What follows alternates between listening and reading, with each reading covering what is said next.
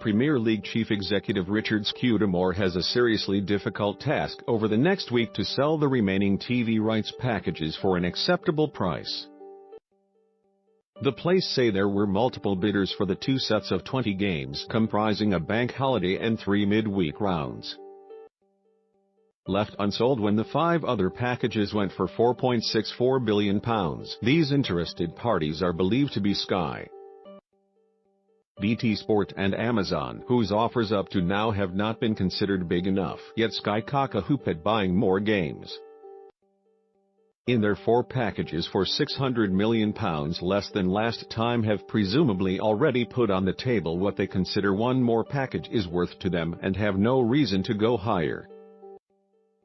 Demoralized BT Sport desperately need the extra games, but having already paid £1.5 million more per game for their Saturday lunchtime package than in the current deal, they might feel let down by Scudamore and not raise their offer by much. That leaves Amazon, who are only dipping their toe in the water and know the remaining packages will be broadcast over a handful of nights, which won't give them enough presence to make a major impact, and whatever cash Scudamore and his TV advisors can cajole from the extended auction, it will still leave the domestic rights total significantly below the £5.1 billion from the present contract. The outcome of the Premier League TV rights auction has put the ball back in Newcastle owner Mike Ashley's court over Amanda Staveley's £250 million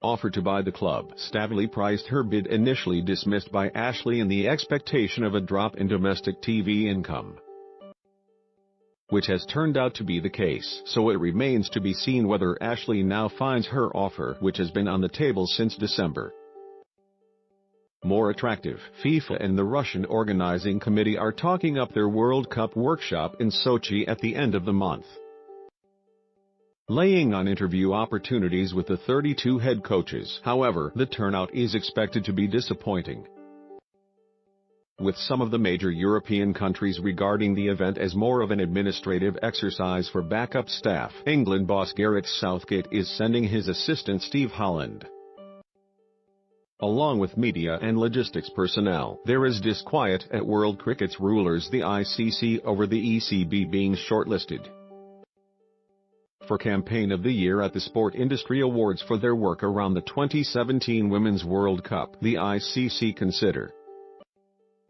they did the hard yards in selling the tournament right through to the sellout Lord's final, won in dramatic fashion by England with only peripheral help from the ECB. Grand national sponsors Randox Health seem to have a curse on their raceweights reveal.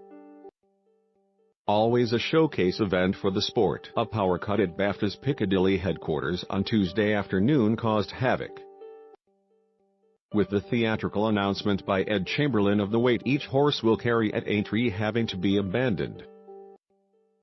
This followed poor acoustics at the Victoria and Albert Museum last year, turning Randox Health's first attempt at the event into another shambles. A spokesman for the Jockey Club said Aintree management had taken the lead in organising the weights event. UK Sport, who flatly refused to fund any sport in the Summer Olympics that does not offer medal potential, seem to have put those hardline principles to one side for the Winter Games. The organisation have handed out nearly £25 million over 4 years to numerous British no-hopers who are taking part in Pyeongchang.